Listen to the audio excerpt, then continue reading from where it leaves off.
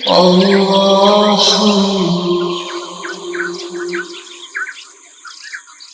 أعوذ بالله من الشيطان الرجيم. بسم الله الرحمن الرحیم.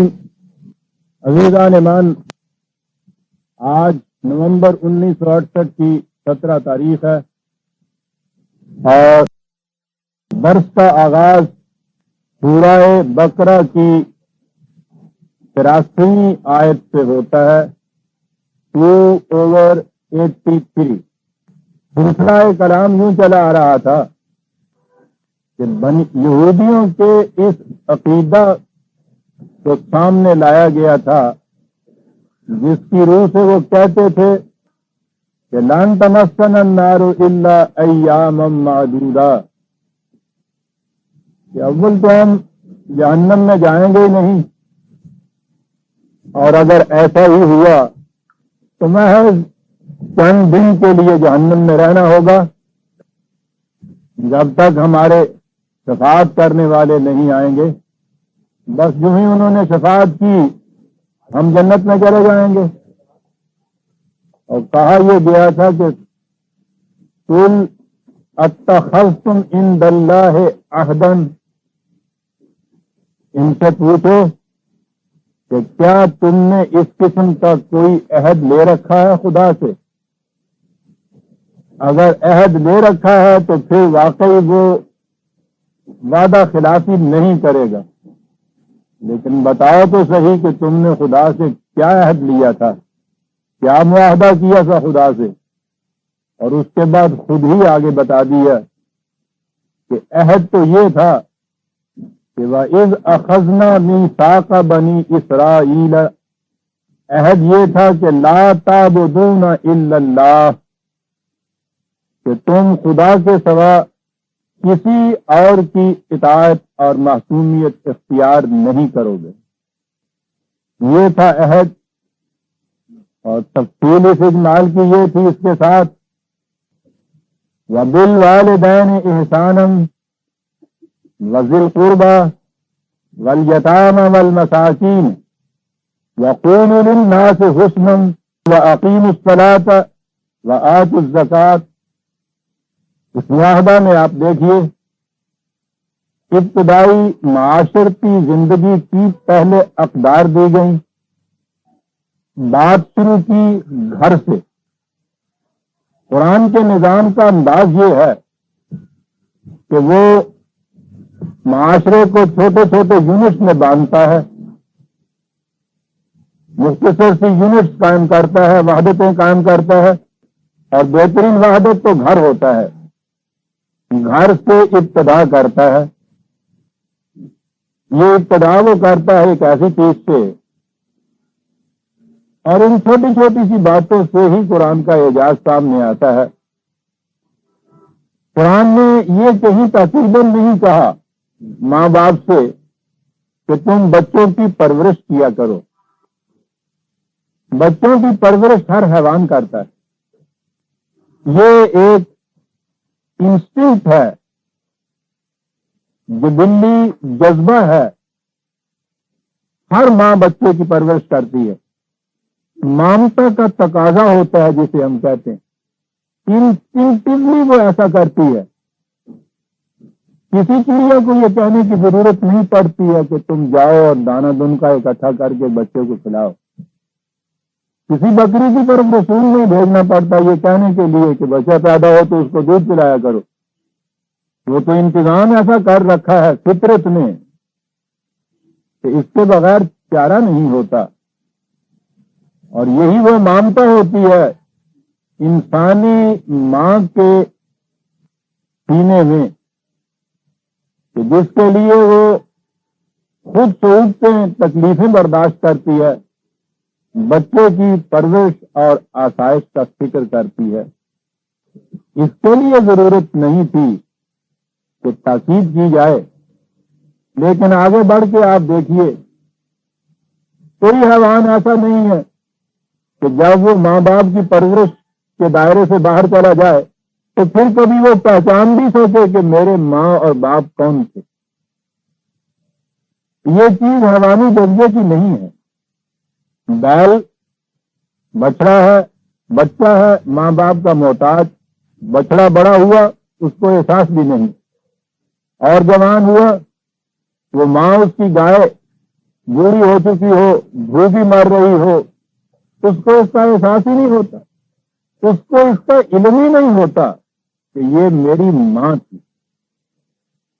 یہاں آ کے یہ جذبہ حیوانی نہ رہا، انسانی معاشرے میں یہ بات ہوئی کہ ماں باپ جب اس عمر کے اندر پہنچے کہ وہ اپنی پرورش آپ کرنے کے قابل نہ رہیں، تو یہ چونکہ بلی یا انسٹنکٹو جذبے کے تحت اولاد ایسا نہیں کر سکتی تھی، قرآن میں اس کے لیے تاکید آئی ہے کہ حیوان کی سطح کے اوپر نہ رہنا، کہ تم بھی اس کے بعد انہیں پہچانو ہی نہیں کہ یہ ماں باپ تھے۔ اب ان ماں باپ کے لیے جو کچھ قرآن نے کہا ہے، ہر جگہ یہ لفظ احسانہ آیا ہے، کیا اعجاز ہے قرآن کا۔ اور لفظوں کے غلط معانی یا معانی کے بدل جانے سے جو چیز آتی ہے، اس میں یہ ایک مثال بڑی عمدہ ہے۔ احسان کا لفظ آپ کو تو معلوم ہے ہمارے ہاں کن معنوں میں استعمال ہوتا ہے۔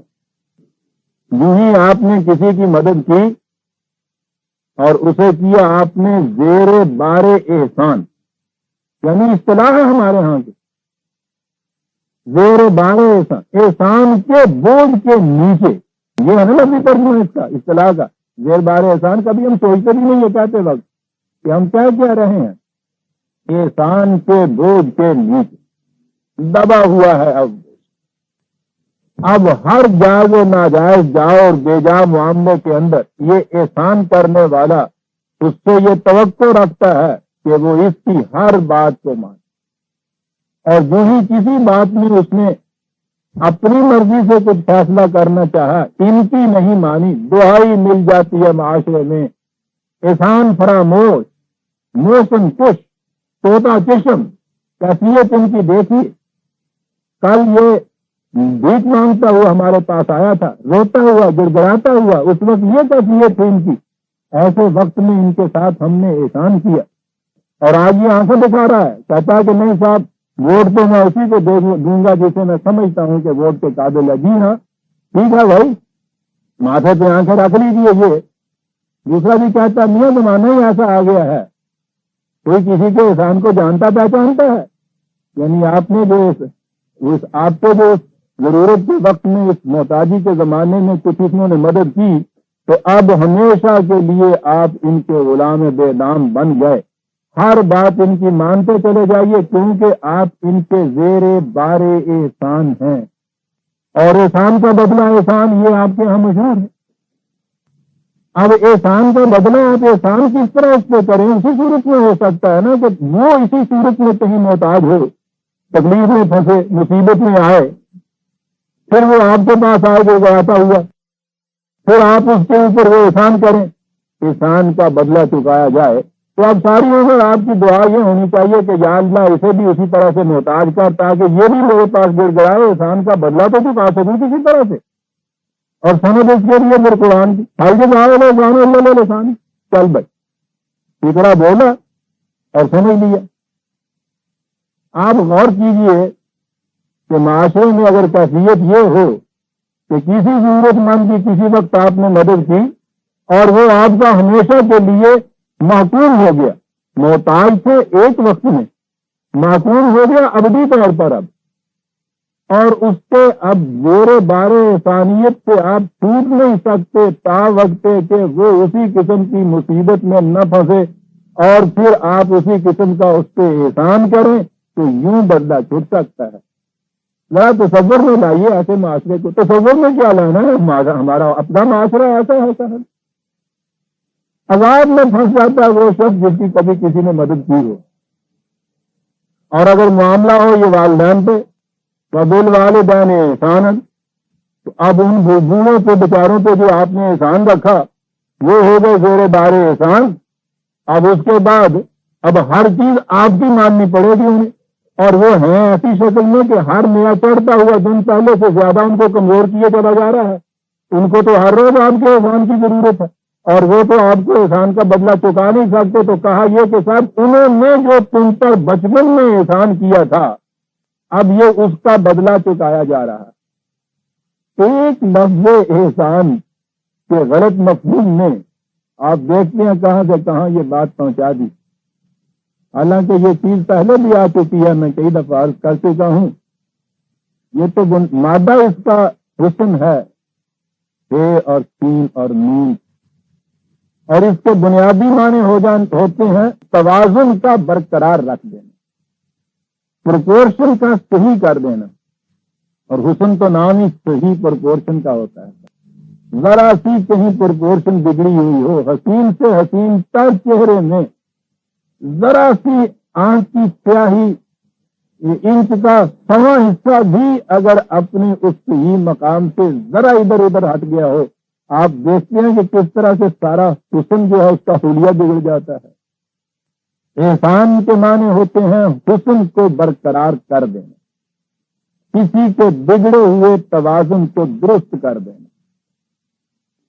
اور قرآن نے جو وہاں کہا تھا حل جزاء الاحسان الا الاحسان، تو وہ کہا یہ تھا کہ معاشرے کا توازن بگڑے، اس توازن کو صحیح کر دو، اور اس کا بدلہ کوئی بدلہ اس سے یا معاشرے سے نہ لو، اس کا بدلہ یہ ہے کہ توازن صحیح ہو گیا۔ کیا بات ہے جو قرآن کر جاتا۔ جہاں بھی والدین کے متعلق یہ کہا ہے، آپ دیکھیے احساناً اس میں لفظ آیا ہے، ان میں کمزوری آ گئی ہے، ان کا توازن بگڑ گیا ہے۔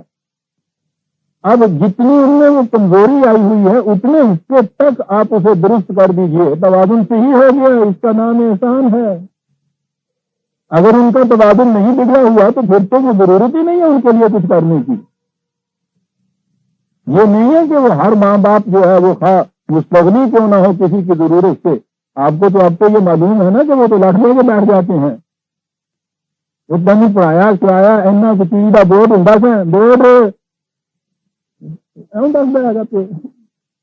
آج متھے دیکھنے رکھی ہوئی ہیں، دیکھو جی ٹھیک ہے تو ہمیں ضرورت نہیں ہے، لیکن تم سے تو احسان کیا تھا نا، احسان کا بدلہ تو ہونا چاہیے نا۔ ٹھیک ہے جی، احسان کا بدلہ ہونا چاہیے۔ ایک طرف یہ کیفیت ہوتی ہے، دوسری طرف ان کی یہ کیفیت ہوتی ہے۔ ایسے گھرانے بھی موجود ہیں اور مثالیں موجود ہیں کہ خود اور ان میاں صاحب کی اولاد جو ہے وہ ایسے عشرت میں زندگی بسر کر رہی ہے، ماں باپ فاقوں میں ایڑیاں رگڑ رہے ہیں، ان کی طرف دیکھتے تک نہیں ہیں۔ اور اب تو بہت زیادہ مہذب ہو گئی ہے دنیا، غریب باپ کو تو یہ بڑا افسر جو ہے وہ اس کو باپ کو بھی کہتا ہی نہیں ہے، اور جی چراتا ہے، آنکھیں چراتا ہے کہ کسی کو معلوم نہ ہو جائے کہ یہ اس غریب باپ کا بیٹا ہے۔ دونوں طرف افراط و تفریط ہے ہمارے ہاں۔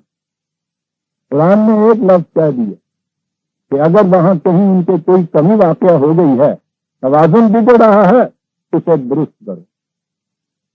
یہ دو افراد کا توازن نہیں بگڑتا جسے ماں باپ کہتے ہیں آپ کے گھر کا توازن بگڑتا ہے اس سے۔ کر کے دیکھیے صحیح گھر کے اندر جن گھروں میں یہ کیفیت ہے کہ آپ نے یہ توازن برقرار نہیں رکھا ہوا آپس میں جن جن کا ضروری ہوتا ہے، آپ دیکھیے سارے گھر کا توازن بگڑ جاتا ہے، اس گھر میں حسن پیدا ہی نہیں ہو سکتا۔ صحیح صحیح توازن وہاں رکھیے، بچوں کا، میاں بیوی کا، ماں باپ کا، اور پھر اسے دیکھیے کہ سارا گھر کیسا حسین نظر آتا ہے۔ آپ قرآن نے جہاں کہا ہے بالوالدین احسانا، اور یہی وہ چیز ہے کہ جو میں کئی دفعہ دوہرا چکا ہوں، یہ جو ہمارے ہاں چیز ہے ماں باپ کی اطاعت فرض ہے، یہ کہیں نہیں یہ چیز آئی۔ قرآن جیسا پروگریسو ڈائنامک دین جو ہے وہ کبھی یہ نہیں کہے گا کہ جن کے متعلق وہ خود یہ کہتا ہے کہ وَمَن نُعَمِّرْهُ نُنَقِّصُهُ فِي الْخَلْقِ، عمر کا آخری حصہ جو ہوتا ہے ارذل العمر جسے وہ کہتا ہے، کہتا ہے اس میں تو کیفیت یہ ہوتی ہے کہ دماغی توازن بھی ہو جاتا ہے، عقل بھی ہو جاتی ہے انسان کی، اور دوسری جگہ ہے کہ وہاں کیفیت یہ ہوتی ہے کہ جو کچھ پہلے آتا جاتا ہے وہ بھی بھول جاتا ہے اس عمر میں پہنچ کے۔ تو آپ سمجھتے ہیں کہ قرآن اس قسم کی تعلیم دے گا کہ وہ آنے والی نسلیں اب جو بھرپور شباب میں پہنچی ہوئی ہیں، صلاحیتیں ان کی بھرپور ہیں، اپنے معاملات خود فیصلہ کرنے کے قابل ہیں، جس زمانے میں اب ہیں وہ پچھلے زمانے سے 50-60 برس آگے بڑھ گیا ہے. زمانے کے تقاضے مختلف، ان کی اپنی صلاحیتیں ان کے مقابلے میں کہیں بڑی ہوئی. ان کو یہ فرض قرار دے دے گا کہ اپنے تمام معاملات کے فیصلے ان کے ماتحت، ان کے فیصلے کے ماتحت کیا کرو کہ جن کے متعلق خدا کہہ رہا ہے کہ ان کی عقل نہیں ہو چکی ہوئی. اگر یہ فرض قرار دے دیا جائے کہ اپنا کوئی معاملہ یہ اب خود نہ طے کرے، جو کچھ وہ کہیں اس کے مطابق یہ طے کرے، آپ دیکھیے کہ معاشرے کی کیفیت کیا ہو. اور جیسا کہ میں نے کنونشن میں بھی کہا تھا، اگر یہ چیز مسلسل کہیں چلی آئے تو سیدھی سی بات ہے کہ آج کا جو یہ نوجوان ہے یہ اپنے ماں باپ کی اطاعت کرتا ہے، وہی کچھ کرتا ہے جو کچھ وہ کہتے ہیں. کل کو یہ جب ہوا ہو جائے گا، اس کی اولاد اس کے کہنے کے مطابق کرے گی، تو اس کے پیچھے مانیے جہاں آپ کا پہلا ماں باپ تھا تو 10,000 سال پہلے وہی آج کی نئی نسل ہونی چاہیے. پہلے ماں باپ نے تو آنے والے سے یہی کہنا تھا کہ غاروں میں رہو جیسے ہم رہتے ہیں، اور یہی جب پھر باپ بنتا اپنے بچوں سے کہتا غاروں میں رہو جیسے ہم رہتے ہیں. قرآن یہ نہیں کہہ سکتا تھا. اس لیے قرآن نے جہاں کہیں یہ کہا ہے وہ بات تو کہی ہے جو حیوانی جذبے کے تابع نہیں ہو سکتی تھی کہ ماں باپ کو ڈگلٹ کرتے ہیں، پہچانتے نہیں ہے، وہ چیز کہی. اور پھر یہ بات نہیں کہی ہے کہ تم ماں باپ کی اطاعت کرو. جب تک وہ بچہ ہے اس وقت تک تو اسے بہرحال ماں باپ کی گائیڈنس کے تابع چلنا ہوگا. جب وہ اپنے معاملات کو سنوارنے کے قابل ہو گیا ہے، وہ مشورہ لے سکتا ہے، ان کے تجربے سے فائدہ اٹھا سکتا ہے، فیصلے سے خود کرنے ہوں گے. ہر آنے والی جنریشن اپنے فیصلے آپ کرے گی. وَبِالْوَالِدَيْنِ احساناً. آپ دیکھتے ہیں کہ مذہب کی دنیا میں جو چیز مسلمات کے لیے آتی ہے قرآن اس کے خلاف کتنا انقلابی پیغام دیتا ہے. دنیا کے ہر مذہب میں یہ مسلمہ ہے ماں باپ کی اطاعت فرض. آپ کے یہاں بھی جب یہ دین مذہب بن گیا ہے تو ماں باپ کی اطاعت فرض ہے. ایک چیز چلی آ رہی ہے آپ کے ہر شخص یہ کہتا ہے، کبھی کھڑے ہو کے سوچتا ہی نہیں فرض ہے. لیکن قرآن تو ہمارے آپ کے مسلمات کی پرواہ نہیں کرتا، وہ تو حقائق سے بات کرتا ہے. وہ کہتا ہے بالوالدین احساناً. اور اگر ان کی اطاعت فرض ہوتی تو جس کی اطاعت فرض ہے اس کے لیے یہ کہنا کہ احسان کرو اس کے اوپر. ان کے ساتھ اتنے سے لیڈر مانے کیا ہیں؟ وہ تو ایک حکم دے کے منوا لیں گے. وہ کہیں گے کہ تنخواہ جو ہے وہ لا کے میرے ہاتھ میں دیا کرو. ماں باپ کی اطاعت ہوئی فرض، تو پھر اس تاکید کی کیا ضرورت تھی کہ ان کے ساتھ احسان کرو؟ تو وہ تو اپنے حکم کو منوائیں گے. خدا کے اس فیصلے کی روح سے اگر وہ صحیح ہے کہ ان کی اطاعت فرض ہے، پھر اس کی ضرورت کیا تھی؟ وَبِالْوَالِدَيْنِ احسان. اس یونٹ کے اندر سب سے پہلے وہ لائے جو سب سے قریب تر ہے، وَلِذِي الْقُرْبَى، اور پھر جو ذرا اس سے ہٹ کے قریب ہے. آپ دیکھتے ہیں کہ یہ یونٹ ہے، اس میں کوئی تعصب کی بات نہیں، کوئی عصبیت نہیں ہے کہ قرآن اپنوں کے ساتھ یہ کچھ کرانا چاہتا ہے. وہ ابتدا کرتا ہے یہاں سے. دیکھیے کس طرح سٹیپ بائی سٹیپ، قدم بہ قدم آگے بڑھ رہا ہے. پہلی چیز والدین کی ہے، پھر اس کے بعد اور استطاعت ہے ان سے ذرا اور آگے ہٹ کے جو قریبی ہیں آپ کے، ان سے. یہ تو ہو گیا جن کے ساتھ آپ کا تعلق ہے، رشتے کا تعلق ہے. قریب یہ دیوار کی کیا، معاشرے میں تو انسانیت میں تبدیل کیا. والیتاما، اب یہاں وہ یہ نہیں رہا ہے کہ اپنے یہاں کے جو یتیم ہیں ان کے ساتھ یہ کرو. اور جیسا آپ کو معلوم ہے یتیم کے معنی تو عربی زبان میں ہر وہ شخص ہے جو تنہا رہ گیا. کیونکہ سب سے پہلے وہ بچے ہوتے ہیں جن کے ماں باپ مر گئے ہوں، اس لیے ان کو بھی یتیم کہتے ہیں. لیکن مادے کے اعتبار سے ہر وہ شخص جو تنہا رہ گیا ہو. اب اس میں رشتہ دار اور غیر رشتہ دار کی کوئی تمیز نہیں ہے. والمساکین، ہر وہ شخص کے جس کا چلتا ہوا کاروبار رک گیا.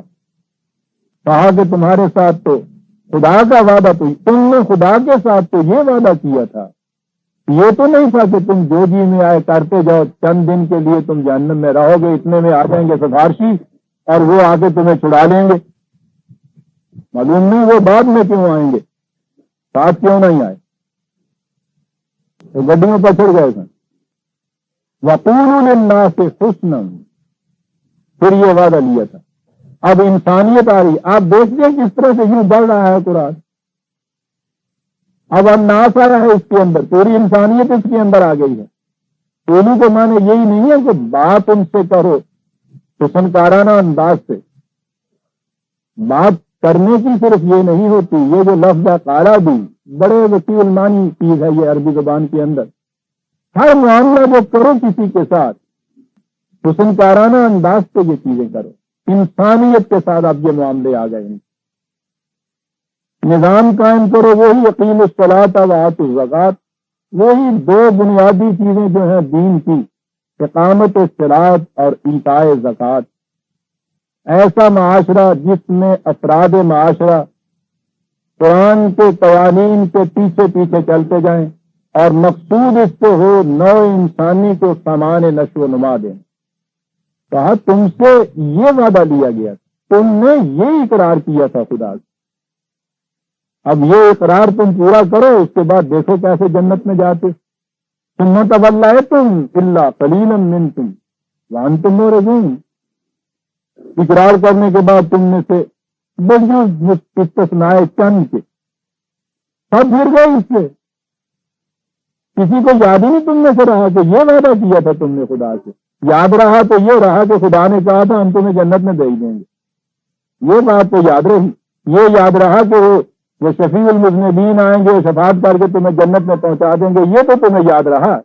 یہ یاد نہیں رہا کہ اقرار ہم نے یہ کیا تھا۔ قرآن ہے عزیزاً، پہلے تو کہا ہے ثم تولیتم الا قلیلا منکم، پھر گئے وانتم معرضون۔ یہ عجیب چیز ہے، پہلے تو ایسا نظر آتا ہے یہ پہلا جو کہا ہے کہ ثم تولیتم، کہ کسی زمانے میں تم نے یہ بات کہی پھر گئے، کہاں پھر تمہاری ذہنیت ہی یہ ہو گئی۔ دیکھو جو لوٹا کے دو لفظ ہیں، تم تو ہی ایسے، تم ہو ہی ایسے گئے، پھر وانتم معرضون، تم پھر ہو ہی ایسے گئے، ذہنیت ہی ایسی ہو گئی۔ بڑی عجیب چیز قرآن نے کہی ہے کہ ابتداءً تو کسی زمانے میں کوئی ایک گروہ کو یہ چیز کرتا ہے، ہٹتا ہے راستے سے، اور جب وہ بعد میں آ کے متوارث چلی آتی ہے وہ رسم، وہ روش، تو کچھ عرصے کے بعد پھر جو آنے والی نسلیں ہیں وہ خود بخود ویسی ہی ہو جاتی ہیں۔ وانتم معرضون، کیا انداز ہے قرآن کا۔ تولیتم کوئی ہنگامی چیز ہے، ہسٹری میں کسی ٹائم اسپیس کے اندر ہے وہ چیز، کسی خاص وقت میں خاص گروہ نے ایسا کچھ کیا، لیکن پھر وہ جو چیز متوارث آگے چلی ہے، ٹریڈیشنلی آگے آپ آئے ہیں، وہ سلف صالحین کے کارنامے تمہارے بن گئے، تو اس کے بعد آنے والی نسلیں معرضون خود بخود ہی وہ ایسی ہو گئی کہ انہوں نے اپنے اصلی قول سے، اپنے معاہدے سے اعراض برتا تھے۔ تم ہو ہی ایسے گئے تھے۔ وَإِذَا أَخَذْنَا مِيثَاقَكُمْ لَا تَسْفِكُونَ دِمَاءَكُمْ وَلَا تُخْرِجُونَ أَنفُسَكُمْ مِنْ دِيَارِكُمْ، پھر یہ وعدہ تم نے لیا تھا۔ ایک ایک ٹک گنا رہا ہے قرآن ان کے وعدے کی، جاتے کہو وعدہ یہ لیا تھا کہ یاد رکھو باہمی خوریزیاں مت کرو، اپنے لوگوں کو ان کے گھروں سے نہ نکالو۔ دیکھتے کتنی اہم چیز ہے، آگے چل کے یہ بات آتی ہے اس کی اہمیت۔ ثم اقررتم، تم نے اقرار کیا، وانتم تشہدون، تمہارے ہاں چونکہ یہ چیز لکھی ہوئی چلی آ رہی ہے تمہاری کتابوں میں، تم آج بھی اس کی شہادت دیتے ہو کہ جی ایسی بات ہوئی تھی، یہ تھا معاہدہ۔ اب دیکھیے آگے، عزیزان من، آیت ہمارے سامنے ہے 2/50 سورہ بقرہ کی آیت 85 85 اس لیے دہرایا ہے کہ یہ ایک عظیم آیت ہے ہمارے سامنے۔ بات تو بنی اسرائیل کی چلی آ رہی ہے، لیکن دین اور مذہب کا بنیادی فرق اس کے سامنے، اس میں آ جاتا ہے ہمارے سامنے۔ ثم انتم هؤلاء تقتلون انفسکم وتخرجون فریقا منکم من دیارہم تظاہرون علیہم بالاثم والعدوان، کہا معاہدہ تو تم نے وہ کیا تھا، عہد تو تم نے وہ لیا تھا، اور تمہاری کیفیت یہ ہے کہ باہمی خوریزیاں بھی کرتے ہو، اور پھر اپنے ہی لوگوں کو ان کے گھروں سے نکالتے ہو۔ کچھ لوگ یہ کرتے ہیں، اور جو باقی ہیں تم میں سے ان کی کیفیت یہ ہے کہ بجائے اس کے کہ انہیں روکیں کہ تم یہ نہ کرو، وہ ڈائریکٹلی انڈائریکٹلی ان کی مدد کرتے ہیں ایسا کرنے میں۔ مدد کرنے میں 2 لفظ قرآن نے کہا ہے، بالاثم والعدوان، عجیب چیز ہے۔ مدد کرنے کا طریقہ اسم کے معنی ہوتا ہے تھکا دینا یا تھک جانا، کمزور ہو جانا، سست ہو جانا، افسردہ ہو جانا۔ عدوان ہوتا ہے سرکشی اختیار کر دینا، آگے بڑھ جانا۔ سوال یہ آتا ہے کہ یہ دو چیزیں قرآن نے کیوں کہی کی؟ یہ مدد کرنے والے کس طرح سے مدد کرتے تھے؟ یہ ایک طبقہ ان کے یہاں کمزور ہو جاتا تھا، دوسرا طبقہ بالادست ہو جاتا تھا۔ غلط معاشرے میں ہوتا ہی ہے، دو طبقے ہوتے ہیں۔ تو کہتا ہے مدد اس انداز سے تم کرتے تھے کہ جو کمزور ہو جاتا تھا اس کو کمزور تر کرتے جاتے تھے، اور جو صاحب قوت اقتدار ہوتا تھا ان کا اقتدار اور قوت بڑھاتے چلے جاتے تھے۔ وہ ڈائریکٹلی یہ کچھ کرتے تھے اور تم یہ کچھ کرتے تھے اپنے معاشرے کے اندر، اور اس طرح سے کیفیت تمہاری یہ تھی کہ اپنوں کو ہی ان کے گھروں سے نکالتے جاتے تھے۔ بات وہ آگے آتی ہے، وَإِن جَاءُوكُمْ أُسَارَىٰ فَفَادُوهُمْ، پھر کیفیت تمہاری یہ تھی کہ جنہیں تم اس طرح سے لاوارث بے نوا بنا کر گھروں سے نکال دیتے تھے، ان کا کوئی یار و مددگار نہیں رہتا تھا، تو دشمن ان کو اچک کے لے جاتے تھے، ان کو پکڑ کے لے جاتے تھے۔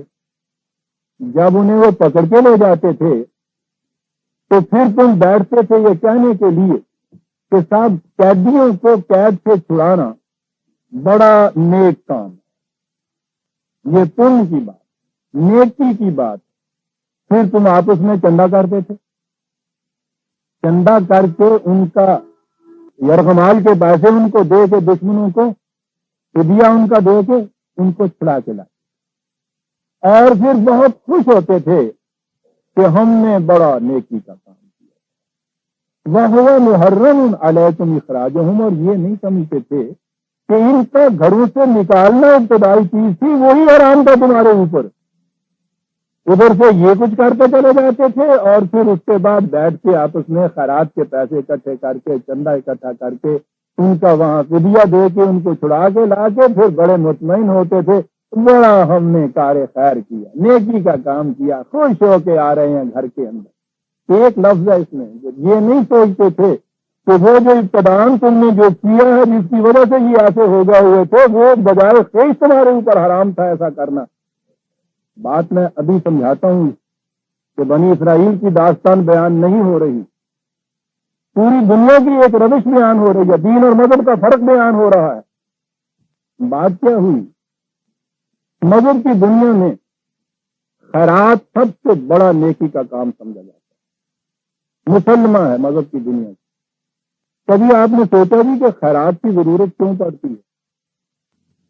خیرات کے معنی یہ ہیں کہ نظام معاشرہ ایسا ہے کہ اس میں کچھ لوگ مفلس ہیں، محتاج ہیں، غریب ہیں، کچھ لوگ ایسے ہیں جن کے پاس ان کی ضروریات سے زائد ہے، افراد ہیں ان کے پاس۔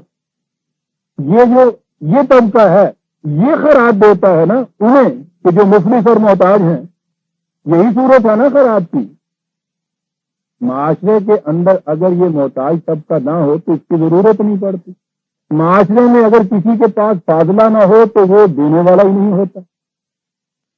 انسانی بچے جب پیدا ہوتے ہیں ان میں سے نہ تو کوئی محتاج پیدا ہوتا ہے اور نہ کوئی فاضلہ دولت ساتھ لے کے آتا ہے، خدا کی طرف سے دونوں بچے یکساں آتے ہیں۔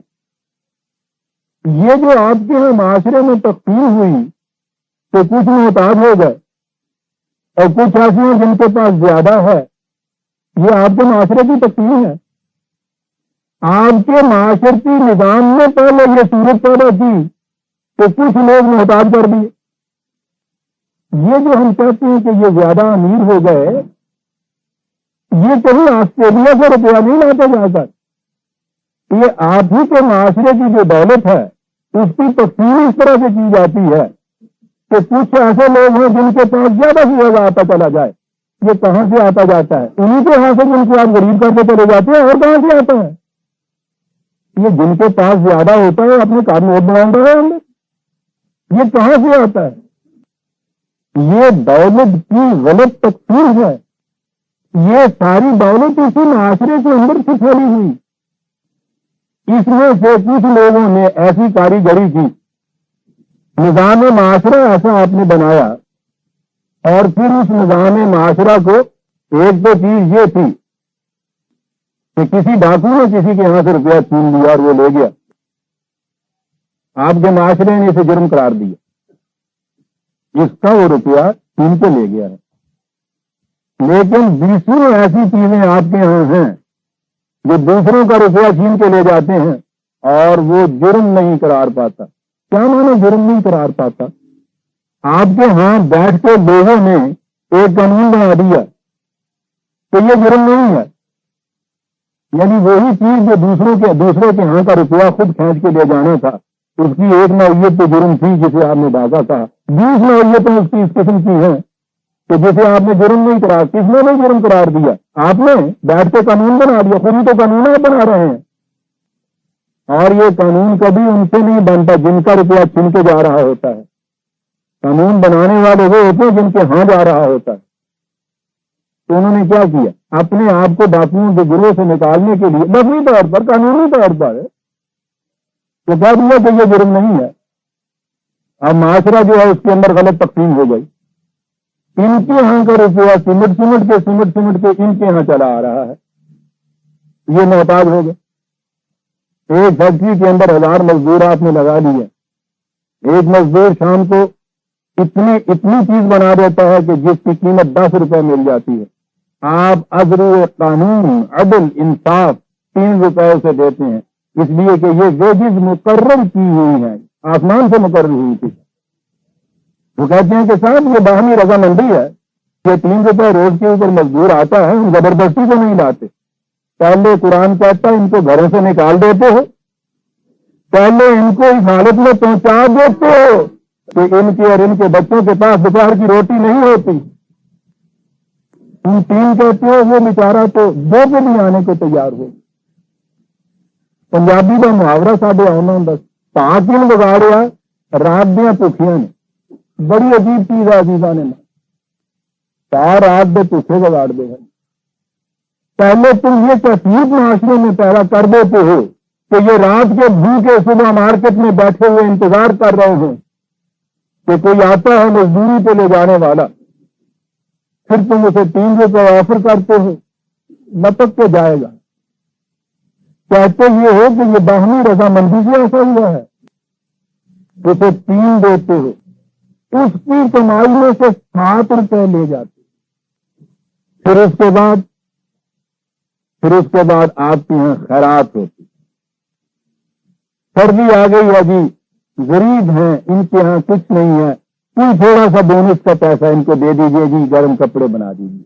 بیگمات تشریف لاتی ہیں، ایک تقریب ہوتی ہے، وہ بچوں کو کپڑے باندھ رہی ہوتی ہے، یہ اٹھتے ہیں سارے اکٹھے ہو کے ساتھ، ان کے لیے سستا غلہ جو ہے اس کی دکان کھولی جا رہی ہے، مل کے اندر روٹی سستے داموں دی جا رہی ہے، دیگیں پک رہی ہیں، نیاز بٹ رہی ہے، ان کے لیے ویلفیئر کے کام ہو رہے ہیں صاحب۔ یہ کیا ہو رہا ہے؟ پہلے گھروں سے نکال دیتے ہو، قرآن کیا ہے، پھر جب دشمن پکڑ لیتا ہے تو چندے کر کے ان کو چھڑا کے لاتے ہو، کہتے ہو بڑا نیکی کا کام ہوا محرم علیکم اخراجہم، وہ جس حالت میں تم نے ان کو پہنچایا ہے وہی حرام تھی تمہارے اوپر ایسا کر، اس حالت میں پہلے ان کو پہنچاتے ہو، پھر اس میں تم ان کے لیے نیکی کا کام کرتے، خیرات کے کام کرتے ہو، پن کے کام کرتے ہو۔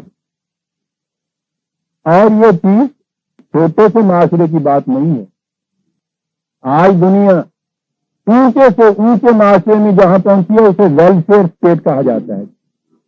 اس سے بڑا کنسپشن تصور ابھی تک آیا ہی نہیں ذہن میں انسان کے، ویلفیئر اسٹیٹ۔ ویلفیئر اسٹیٹ کیا ہوتی ہے؟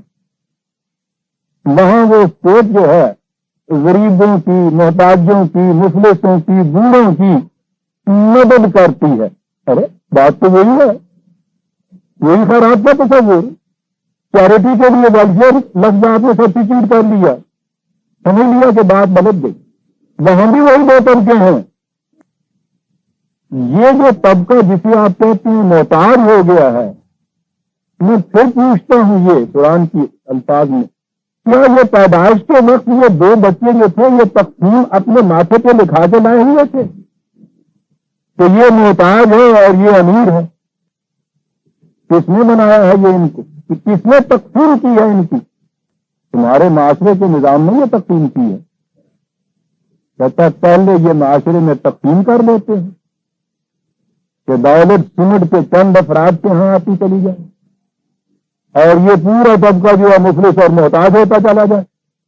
پھر ان مفلس جنہیں خود مفلس اور محتاج بنایا کیسے؟ ان کا روپیہ اپنی جیب میں لے آئے. یہاں سے پھر آگے بڑھے. مذہب نے کہا کہ ہم بتاتے ہیں کیا کرنا.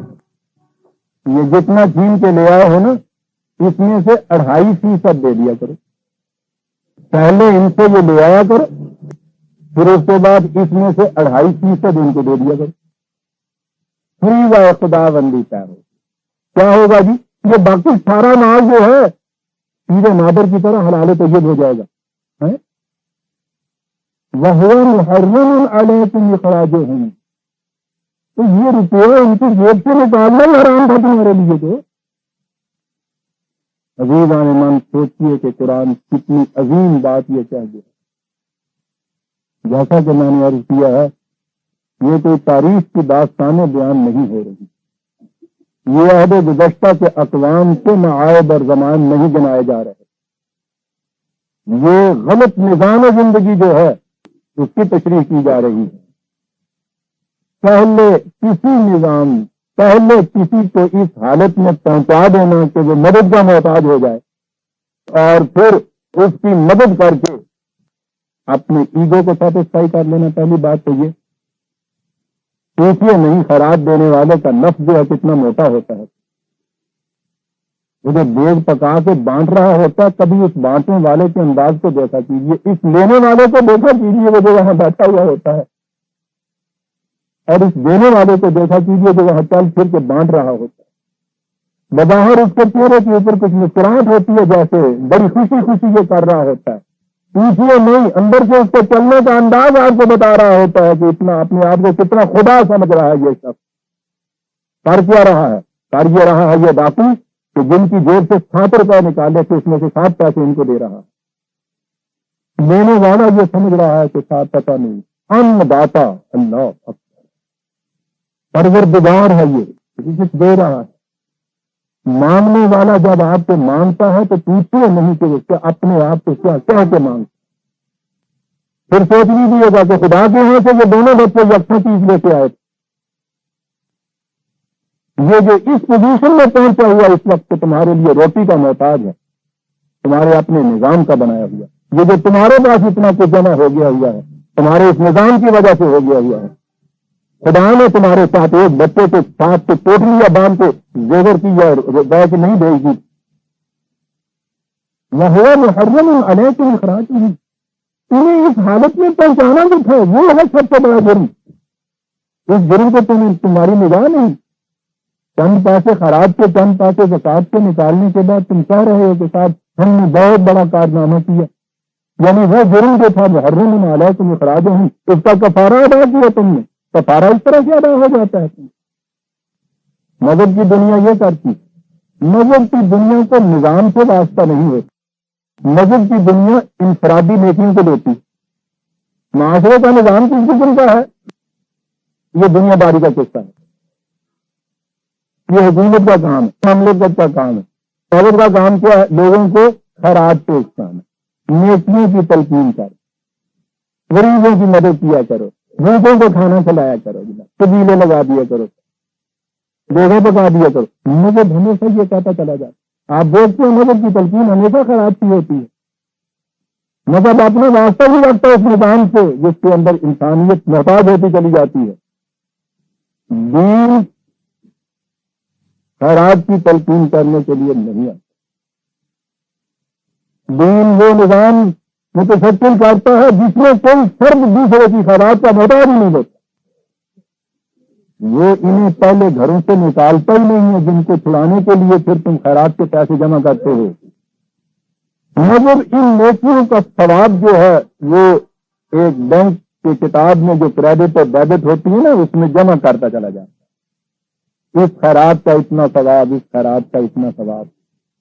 غلط نظام کی وجہ سے جو کچھ آ رہا ہوتا ہے اس کو وہ گناہ قرار نہیں دیتا، اس لیے بائبل کی طرف تو یہ چیز نہیں ہوتی، بائبل کی طرف ان کی کچھ اور قسم کے گناہ ہوتے ہیں، یہ جو ہے نا بنیادی جرم، تو اس کی وجہ سے انہیں اس حالت میں پہنچا دیا، یہ جرم کہیں نہیں ہوتا ان کے بائبل کی طرف، چھوٹی موٹی چیزیں جو ہیں، اور وہ بھی انفرادی ہوتی ہیں ان کے یہاں کی، شراب پی لیا، کہیں جوا کھیل لیا، اس قسم کی چیزیں جو ہیں یہ معاد میں بنا دی انہوں نے، اور اس کے لیے ایک پیسے میں اتنی نیکیاں ان کو دے دی کہ ان کا پلڑا شام کو جھکتا چلا جائے بیلنس، تو کہتا ٹھیک ہے، شروع میں یہ کہا گیا تھا کہ یہ جو اس طرح کے یہ ہوں ان کی مدد کرنا ضروری ہے، پہلے چیز تو یہ لیجیے کہ یہ اس قسم کے جن کی مدد کرنا خود یہ کہتا ہے، جب یہی نہیں رہیں گے تو پھر یہ ان کی مدد کیسے کہتا ہے، ان کی موجودگی کو تسلیم کرتا ہے قرآن، پہلے یہ سوچ لیجیے کہ یہ کیسے ہے،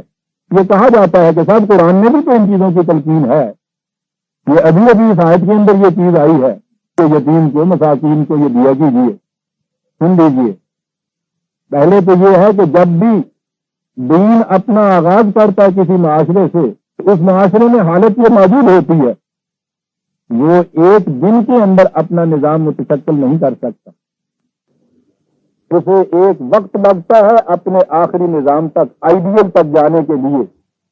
یہ درمیانی دور جو ہوتا ہے ٹرانزیٹری پیریڈ، یہ عبوری دور جو ہوتا ہے اس میں یہ لوگ موجود ہوتے ہیں،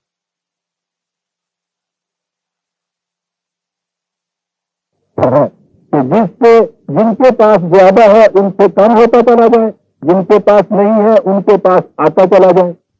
اس عبوری دور میں وہ یہ کرتا ہے اور آہستہ آہستہ نظام کو بدلتا چلا جاتا ہے۔ جس وقت وہ نظام کو بدل دیتا ہے اس وقت یہ دو کلاسز باقی نہیں رہتی،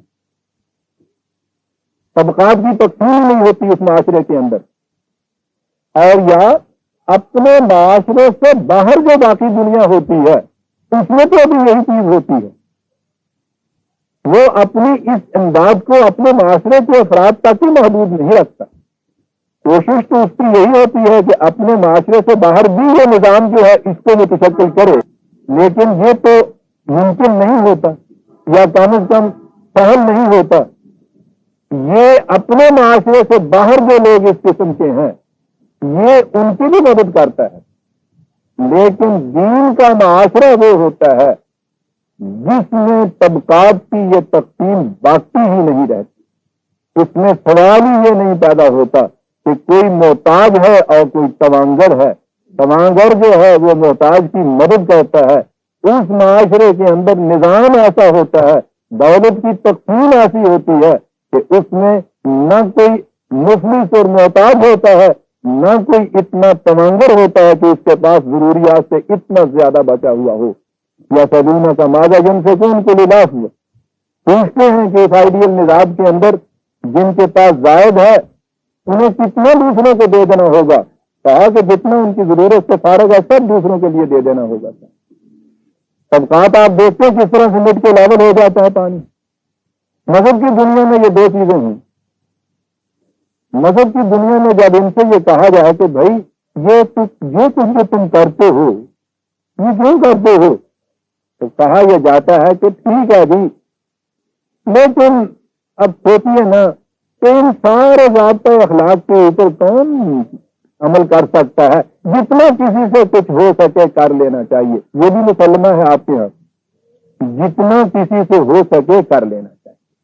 بالآخر اس کا بھی تو حکم ہے نا قرآن کے اندر، خیرات دیا کرو، محتاجوں کی مدد کیا کرو، یہ اتنا تو ہے۔ یہ وہ جو چیز ہے کہ جتنا زائد تمہارے پاس ہے وہ سارا دے دیا کرو تاکہ تقسیم یہ ختم ہو جائے، تو بھائی دیکھو نا جتنا کوئی کر سکے گل تو ہے بس یہ دیکھنا چاہیے ہے کہ یہ کتنا کو کر سکتا ہے، بظاہر یہ نظر آتی ہے بات تو بات ٹھیک ہے، دونوں قسم کی یہ چیزیں موجود ہیں، کتنا کر لینا چاہیے، نظام کو بدلنے کی بات نہیں ہے، غلط نظام کے اندر یہ جتنا کر سکتا ہے کر لینا چاہیے۔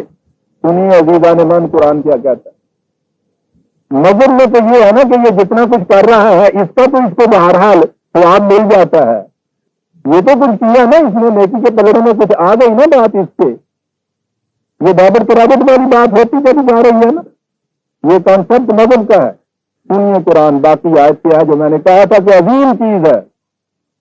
افتؤمنون ببعض الکتاب وتکفرون ببعض، کیا تم نے یہ حصے بکھرے کر دیے ہیں آپ کو خداوندی کے کہ ان میں سے کچھ حصے کے اوپر تو ایمان لے اور کچھ حصہ جو ہے اس کو انکار کر دو. مذہب کی دنیا تو یہی کہتی ہے نا کہ جتنا کر سکو. دین یہ نہیں کہتا عزیزان من، نظام یا باطل ہے یا نظام حق کا ہے. ان دونوں کے اندر نہ مفاہمت ہو سکتی ہے، نہ کمپرومائز ہو سکتا ہے، نہ جس میں پیبند لگ سکتا ہے. اب خود اس سسٹم میں کافی نظام جو تم نے آج کرنا پورا کا پورا یہ نظام آج ہوگا. کہا ہے کہ کیا تم کتاب کے ایک حصے پر ایمان رکھتے ہو، کتاب کے معنی ضابطہ زندگی، اور ایک حصے سے تم انکار کرتے ہو. مذہب کہتا ہے کہ ہاں ایسا کرنے سے جتنے حصے کے اوپر تم عمل کر رہے ہو، ایمان رکھ رہے ہو، اتنے کا تو تمہیں مل جائے گا نا ثواب جو ہے. اور ہو سکتا ہے کہ وہ ثواب جو ہے زیادہ تم کما لو. ٹھیک ہے، سنیے اس کا نتیجہ.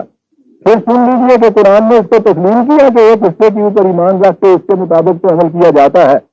اس کا تو کچھ ملنا چاہیے. سنیے، فَمَا جَزَاءُ مَن يَفْعَلُ ذَلِكَ مِنكُمْ، تم میں سے جو بھی ایسا کرے گا اس کا نتیجہ اس کے سوا کچھ نہیں ہوگا.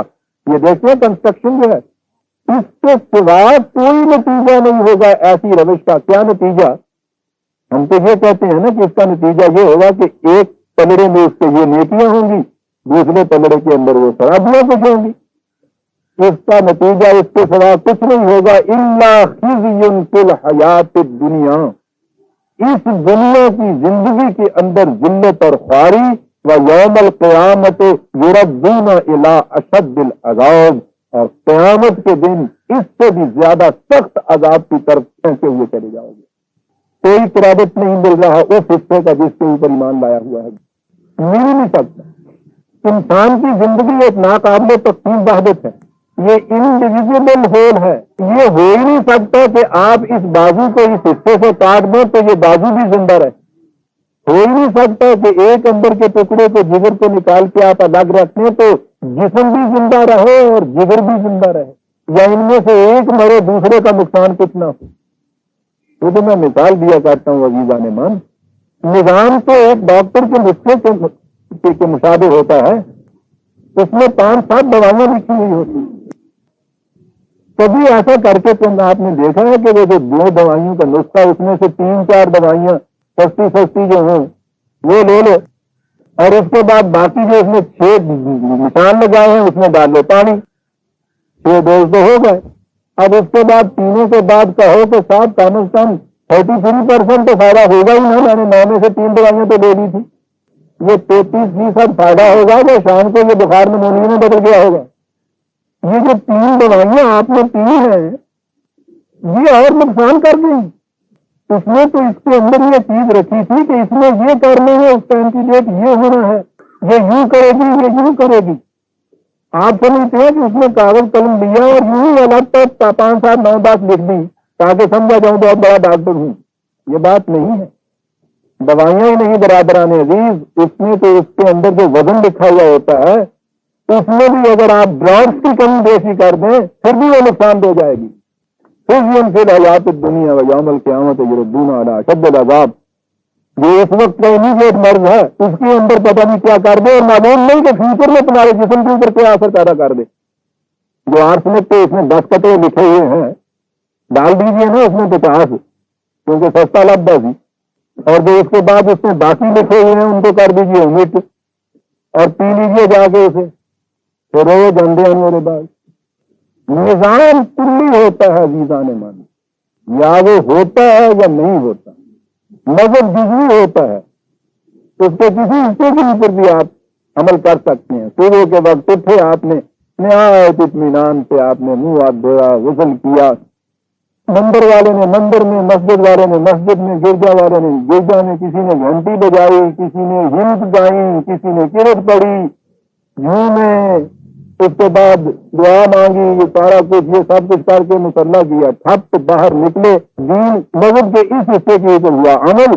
اب باقی حصہ جو ہے تو جھوٹ بولنا فریب دینا نہیں ہے دنیا داری کا معاملہ ہے گا تو بھائی یہ متعلق بھی تو لایا ہے کہ کسی نے دھوکھا نہ دیا سارے قرآن تو کین عمل کیتا نہیں ہے جنہیں جگہ کو ہوئے کر لینا چاہیے ہے گا ایک جنہیں جگہ سویرے کر لیا نا اس میں وہ بات تو کئی دفعہ آئی ہے سامنے لیکن ہے اتنی دلچسپ کہ ہر بات دہرانی چاہتی ہے دہرانے کو جی چاہتا ہے اور اس لیے بھی کہ سامعین میں وہ شاید ہیں جن کو دیکھ کے وہ یاد آ جاتا ہے انہوں نے سنائی ہوئی ہے بات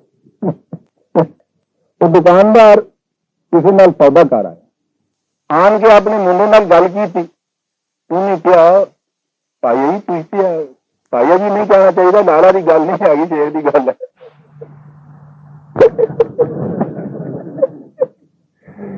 ایک ہی کار آئے آگے وہ تو بڑا نقصان ہو جانا ہے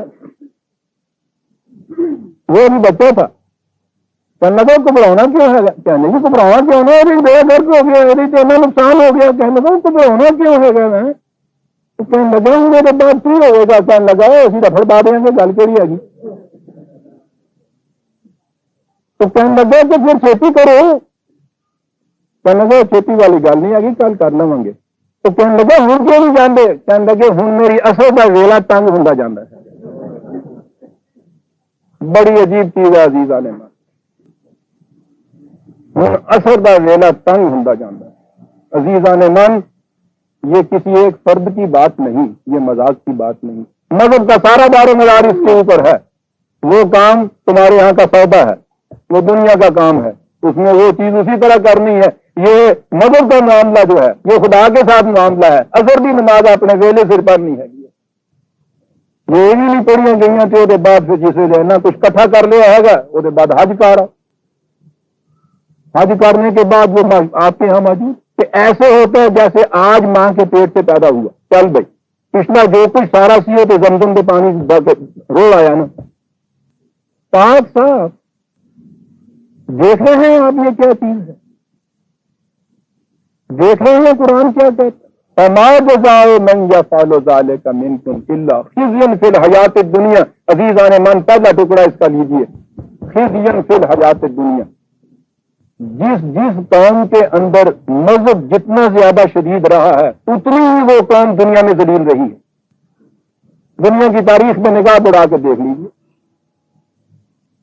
مذہب کو چھوڑتی گئی ہے وہ قوم چھوڑنے کے بعد دو صورتیں ہو سکتی تھی کہ یا تو وہ دین کی طرف آتی اور اگر یہ نہیں ہے تو کم از کم مذہب کو چھوڑ دیتی خالص دنیا دار بن جاتی جو قوم مذہب کو چھوڑ کے دنیا دار بھی بن گئی ہے کم از کم دنیا کے اندر ذلیل نہیں رہی جس نے دین اختیار کیا اس کا تو پوچھو ہی نہیں کہ کیا ہو گیا پھر مذہب کو چھوڑ کے دین اختیار کرنے والے 1400 سال پہلے کی تاریخ لیجیے مشکل ہی ہے ہمارے لیے کہ اس سے بڑے کچھ ہم مثال بھی نہیں دے سکتے اب لیکن میں یہ کہہ رہا ہوں کہ یہ جو چیز قرآن نے کہی ہے کہ خزین فی الحیات دنیا صرف مجرد مذہب کو چھوڑ کے عقل و فکر کی بنیادوں کے اوپر یہ اپنے معاملہ جو کام جس کام سے سنوارنے شروع کر دیے خزین فی الحیات دنیا والی بات اس کے یہاں بھی نہ رہی اور آج بھی آپ دیکھیے گا جو قوم جتنے درجے تک مذہب پرست ہے اتنے ہی درجے تک وہ ذلیل ہو رہی ہے دنیا کے اندر آپ کے ساتھ ہو کیا رہا ہے کیوں ساری دنیا کے سامنے بھیک مانگ رہے ہیں آپ ایک ایک چیز کے لیے اس کی خالص ذمہ داری آپ کی مذہب پرستی ہے جو ہی آپ نے یہ آواز اٹھائی کسی طرح سے کہ صاحب یہاں دولت کی تقسیم غلط نہیں ہونی چاہیے صحیح ہونی چاہیے کمیونزم ہے سوشلزم ہے ملک ہیں داڑیے ہیں مذہب کا طبقہ اس پہ کھڑا ہو گیا صاحب آنے نہیں دیتا آپ کی طرف رزق کی تقسیم خدا نے اپنے ہاتھ میں رکھی ہوئی ہے یہ لوگ اپنے ہاتھ میں لینا چاہتے ہیں خدائی دعویٰ کرتے ہیں مذہب کی دنیا کہہ رہی ہے آپ کی برسبیل تنزل اتنا کہا گیا کہ اچھا بھائی ہم کوشش کرتے ہیں کہ کچھ غلہ زیادہ پیدا کرو تم کم از کم اتنا ہی تعاون کرو ہمارے ساتھ کہ اولاد کم پیدا ہو ہمارے ہاں بچے کم پیدا ہوں پھر یہ بھی ایک تقسیم جو ہے اس میں کسی بڑی حد تک اس کے اندر بھی ایک اصلاح ہو سکتی ہے غلہ زیادہ اگاؤ اس کے متعلق تو ایک آواز نہیں مذہب کی طرف سے نکلتی کہ شاباش بڑا کچھ کام کیا اولاد کم پیدا کرو اس کے لیے اتنی مہم اس کے خلاف چلی جا رہی ہے جیسے کہ کفر الحاد بے دینی کی رو بہ رہی ہے یہاں سڑک کے اوپر اگر بورڈ لگا ہوا ہوتا ہے خاندانی منصوبہ بندی کا تو اسے وہ کھیل پھینکتے ہیں، پھر اس جہاد عظیم کے اوپر نعرہ تکبیر بلند کرتے ہیں. یعنی کیا کام کیا اور سورمان اڑانے ترے گئے. میں پوچھتا یہ ہوں، جتنی کوشش آپ کر لیں گے جو اللہ پیدا کرنے کی، اگر اس کے مقابلے میں آپ یہ چیز جو ہے یہ کرتے رہیں گے کہ فیڈ کرنے والے ماؤس جو ہیں، کھانے والے جو ہیں، اس کی جیومیٹریکلی پروپورشن سے اگر وہ بڑھاتے چلے جائیں گے، آپ کو پھر بھیک مانگنی پڑے گی نا. خزی فی الحیات الدنیا، جہاں مذہب نہیں ہے وہاں وہ یہ بات تو نہیں کریں گے نا، وہاں تو یہ دیکھ لیں گے اتنی پیدائش اتنی آبادی پہ کنٹرول کرو، پیدائش میں اضافہ کرو، خزین فی الحیات دنیا سے بچ جائے گی. دیکھا مذہب ایک حصے پہ عمل کرنا، دوسرے حصے کو چھوڑ دینا کیا نتیجہ پیدا کرتا، یا سراب نالا بن جا یا نوا پیدا نہ کر. عزیزان من، کفر بھی اپنے نتیجے رکھتا ہے، شعلہ مستعجل ہوتا ہے لیکن نتیجہ رکھتا ہے. اور دین کے نتائج کا تو پوچھتے کیا ہے. فشجرۃ طیبۃ اصلھا ثابت فرعھا فی السماء، وہ شجر طیب کہ جس کی جڑیں پاتال میں ہوتی ہیں، اس کی شاخیں آسمان میں جھولے جھول رہی ہوتی ہیں.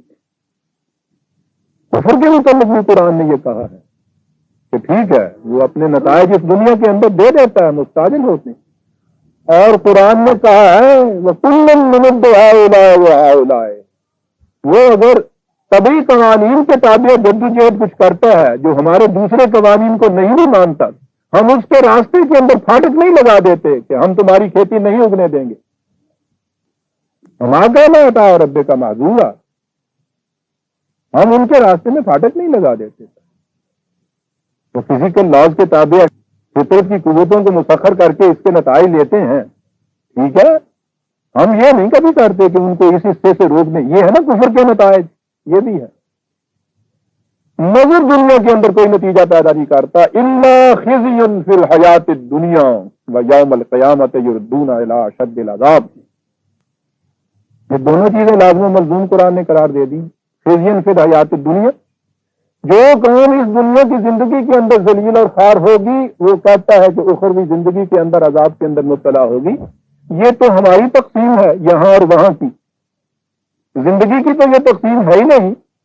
زندگی تو مسلسل چلتی ہے. من کانا فی ھذہ اعمی فہو فی الآخرۃ اعمی.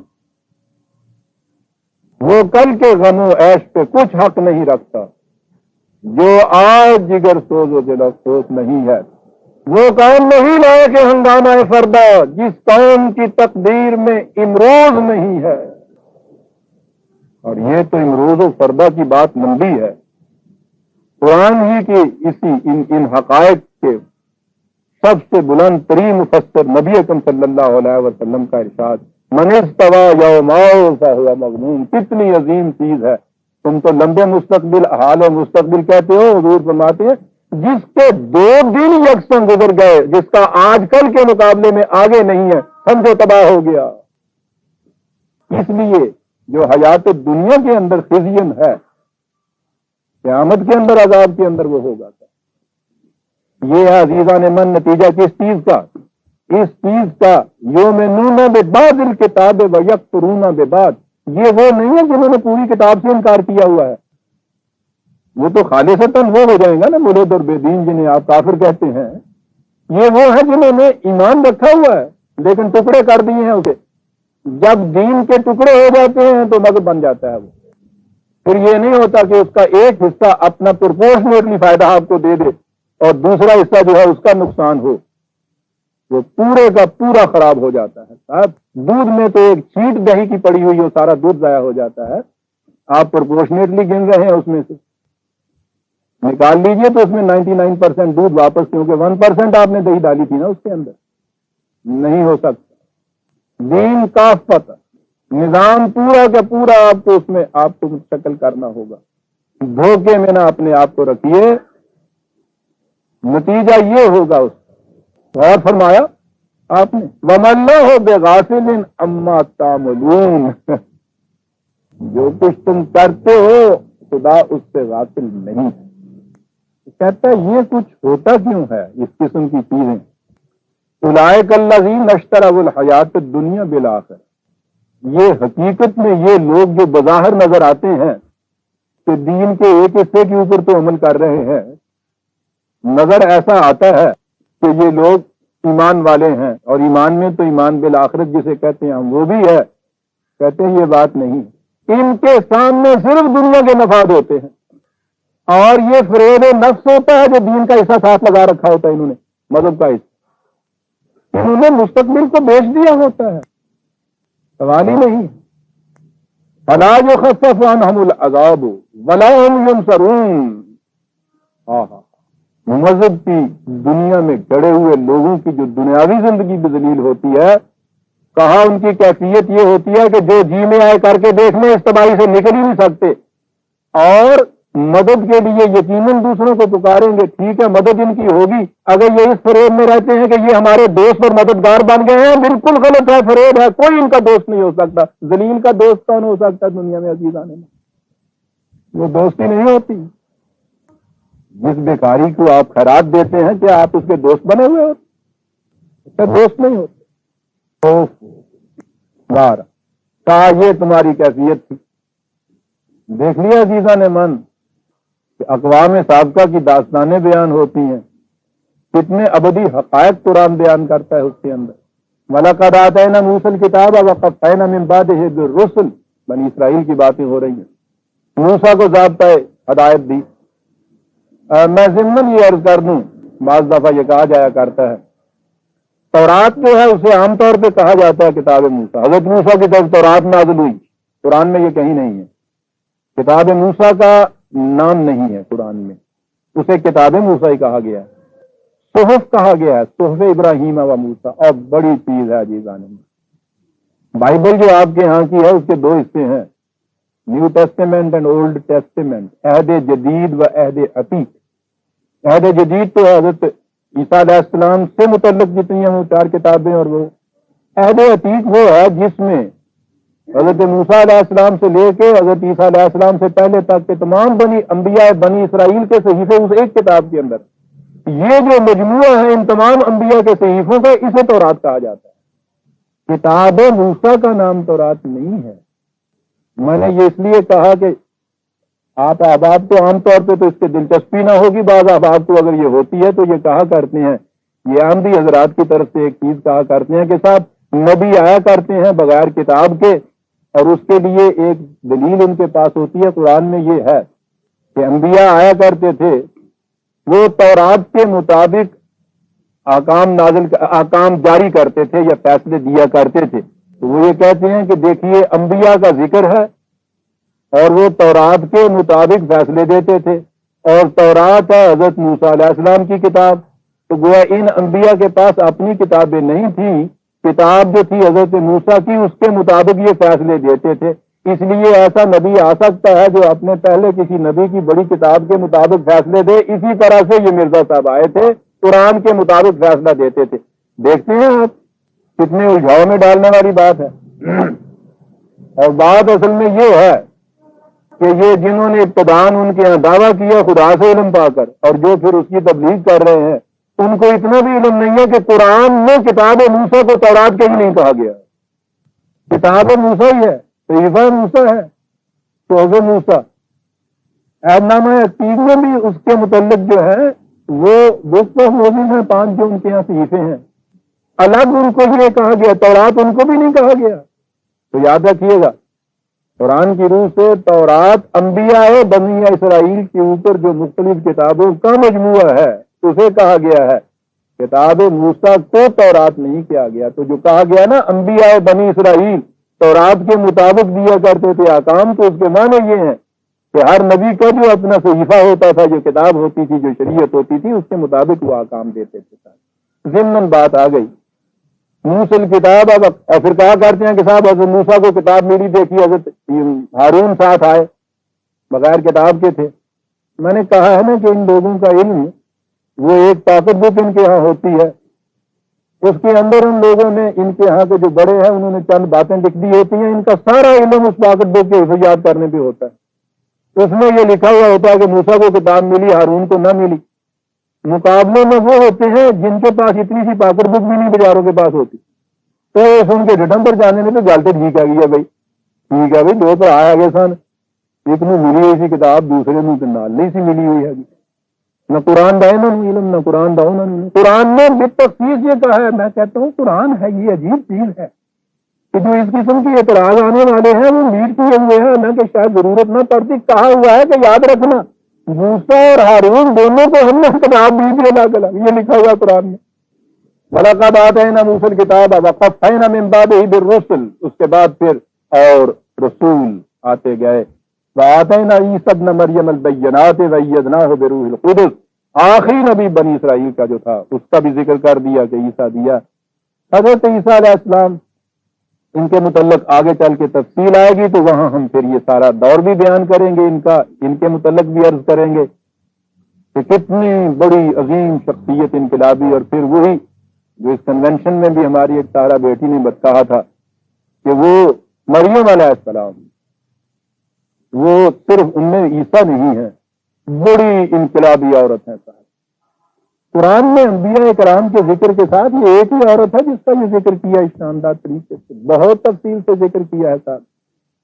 تو وہ تفصیل کی بات یہ نہیں تھی کہ وہ حضرت عیسیٰ کی ماں تھی، ان کا اپنا ایک کردار ہے، اپنی شخصیت ہے، بڑی عظیم شخصیت حضرت مریم علیہ السلام کی، بہت بڑی انقلابی عورت واقع صاحب۔ جبھی تو قرآن جگہ دیتا ہے، ورنہ قرآن یوں ہی جگہ دیتا ہے، ایویں کسی بھی ماں نے آ کے وہ بٹھا دینا انہیں، بات وہاں آئے گی۔ ایدناہ بروح القدس، ہولی گھوسٹ اس کا ترجمہ ہوا ہوتا ہے، گھوسٹ ہولی شرر کا ایک ناول ہوتا تھا جہنمی ہور، ایک اور تھا خوبصورت بلا، خوبصورت بلا نے بہت لفظ دیا، ٹھیک ہے نا۔ ہولی گھوسٹ بروح القدس، میں عرض کروں قرآن کریم میں روح جو ہے، ہم آئیں گے اس آیت کے اوپر جب تو آپ دیکھیے گا، اس کے معنی اسپرٹ، روح جسے ہم کہتے ہیں نا روح، یہی معنی نہیں ہوتے، بنیادی معنی تو اس کے توانائی کے ہوتے ہیں، قوت کے ہوتے ہیں، بڑی چیز ہے۔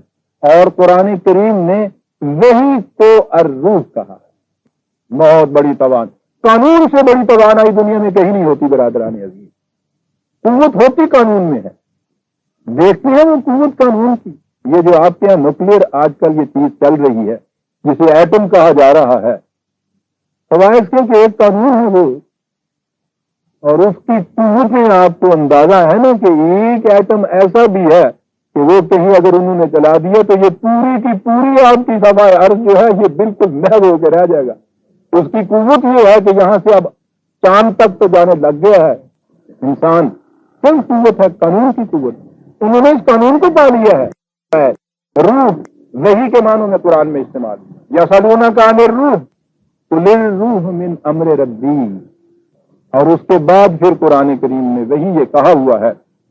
میں ضمن یہ چیز عرض کر دوں تاکہ بات صاف ہو جائے کہ روح قرآن کریم میں وحی کے معنوں کے اندر آیا ہے 42/52 رسول اللہ صلی اللہ علیہ وسلم کے متعلق، وَكَذَلِكَ أَوْحَيْنَا إِلَيْكَ رُوحًا مِّنْ أَمْرِنَا۔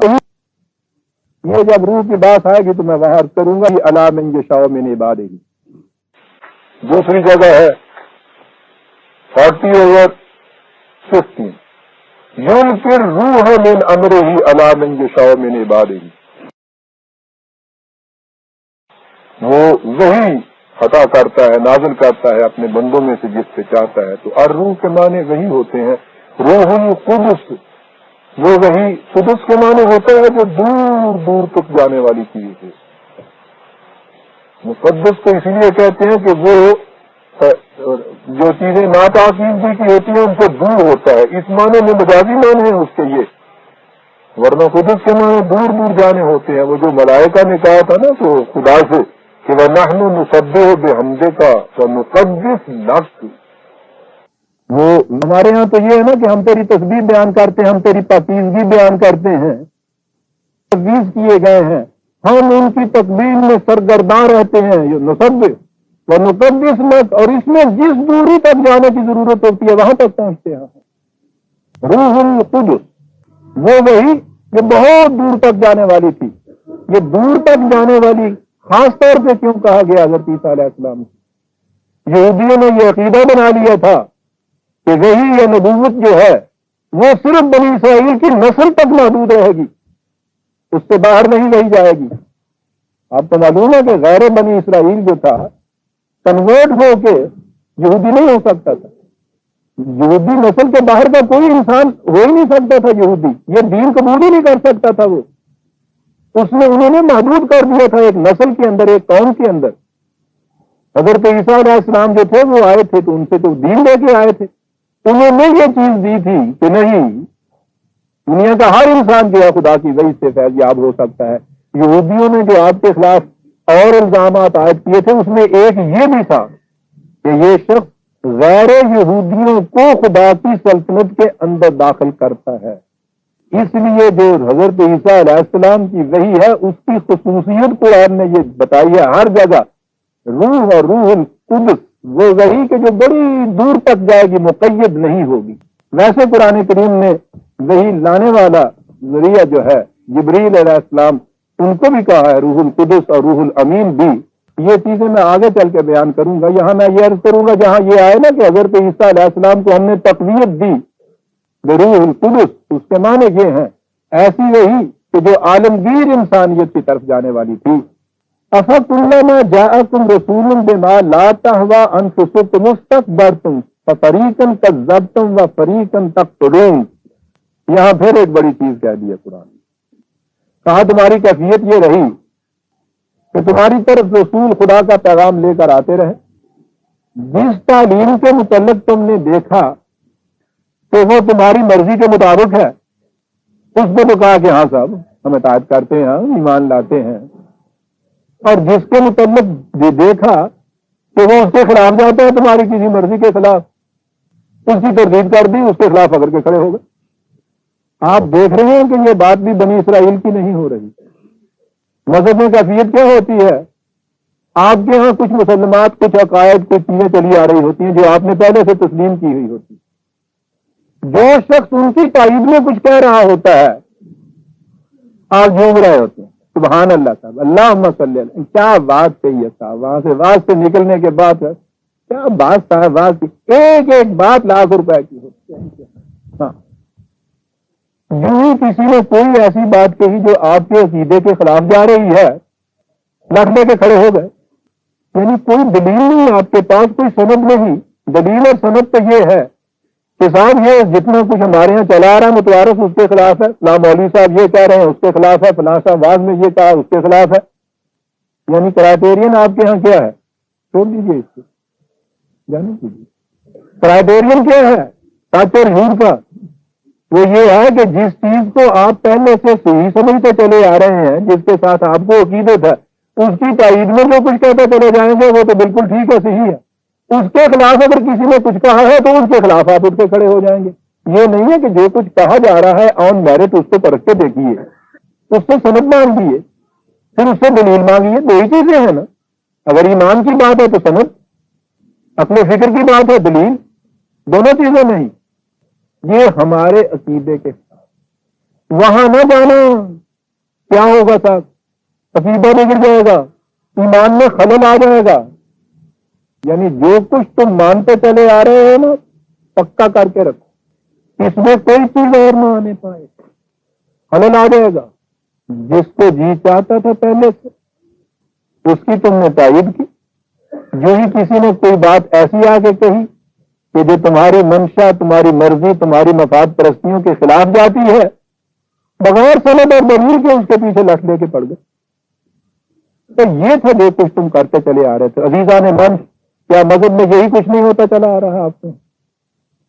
جو چیزیں جو چلی آ رہی ہیں ان کے خلاف جو بات کہی جا رہی ہے اس کے متعلق یہ نہیں کہ کھڑے ہو کے سن لو بدعۃ ضلالۃ، ہر نئی بات گمراہی ہے، ساتھ سن لو۔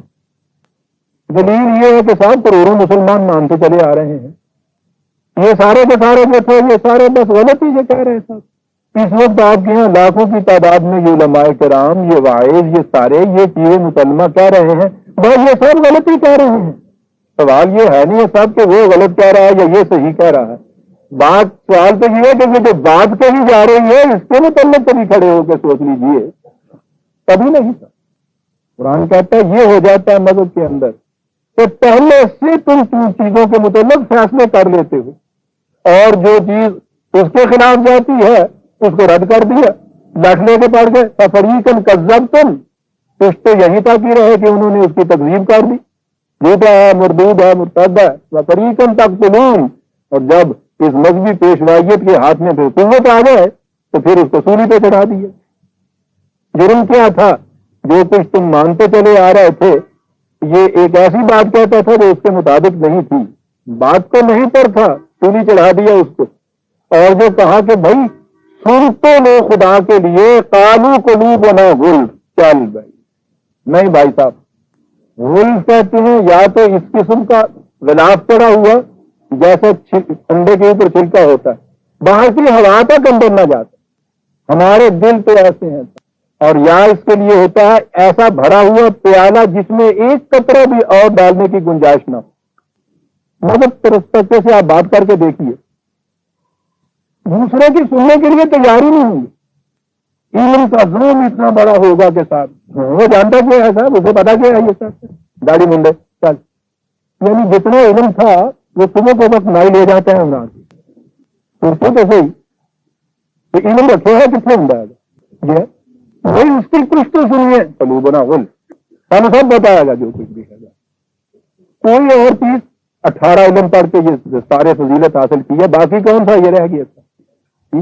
قلوبنا غلف، بڑی عجیب چیز قرآن کہہ گیا تھا۔ یہ کیفیت جب ہو جائے کسی قوم کی عزیزان من کہ وہ کسی بات کو سننے کے لیے تیار ہی نہ رہے، وہ کہہ دے کہ ہم علم میں اتنے زیادہ پکے ہو چکے ہیں، اتنے مکمل ہو چکے ہیں کہ اب اس برتن میں ایک اور قطرے ڈالے جانے کی بھی ضرورت نہیں رہی ہے۔ سوچئے کہ وہ قوم یا وہ افراد دنیا میں کبھی بھی صداقتوں کو پا سکتے ہیں؟ قرآن تو یہ بتاتا ہے، اور کس کی مثال دے کے بتاتا ہے؟ وہ ذات گرامی جس کے متعلق وہ خود کہتا ہے کہ تو اس کے مبین کے اوپر کیا ہوا، علم کی انتہائی بلندیاں جسے کہا جاتا ہے، اس پہ وہ ذات رسالت مآب صلی اللہ علیہ وسلم فائز المرام ہے۔ اور اس ہستی کی کیفیت یہ ہے کہ عمر بھر اس کی یہ دعا قرآن میں ہے کہ قل رب زدنی علما، میرے نشو و نما دینے والے میرا علم بڑھاتا چلا۔ کبھی علم کی بھی انتہا ہوتی ہے کہیں؟ میں پوچھتا ہوں انہی سے کہ تم کہو اپنے ایمان سے کہ اس ہستی سے زیادہ وسیع علم بھی کسی اور کو حاصل ہو سکتا تھا؟ وہ ذات گرامی اگر کہہ دیتی قلوبنا غلف تو بہرحال بچتا سجتا بھی تھا، لیکن یہ تو ذہنیت ہی نہیں ہے، سوال ہی نہیں علم کے متعلق کہ یہ کہہ دیا جائے۔ حضور دعا کرتے چلے جاتے ہیں رب زدنی علم، اور آپ نے پتا کہ یہاں رب کیوں کہا گیا؟ میں نے کہا قرآن ہے، ربوبیت کی صفت کیوں آئی ہے؟ صفت ربوبیت وہ ہے کہ کسی شے کو نقطہ آغاز سے اس کے نقطہ تکمیل تک درجہ بدرجہ تدریجن پہنچاتی چلی جائے۔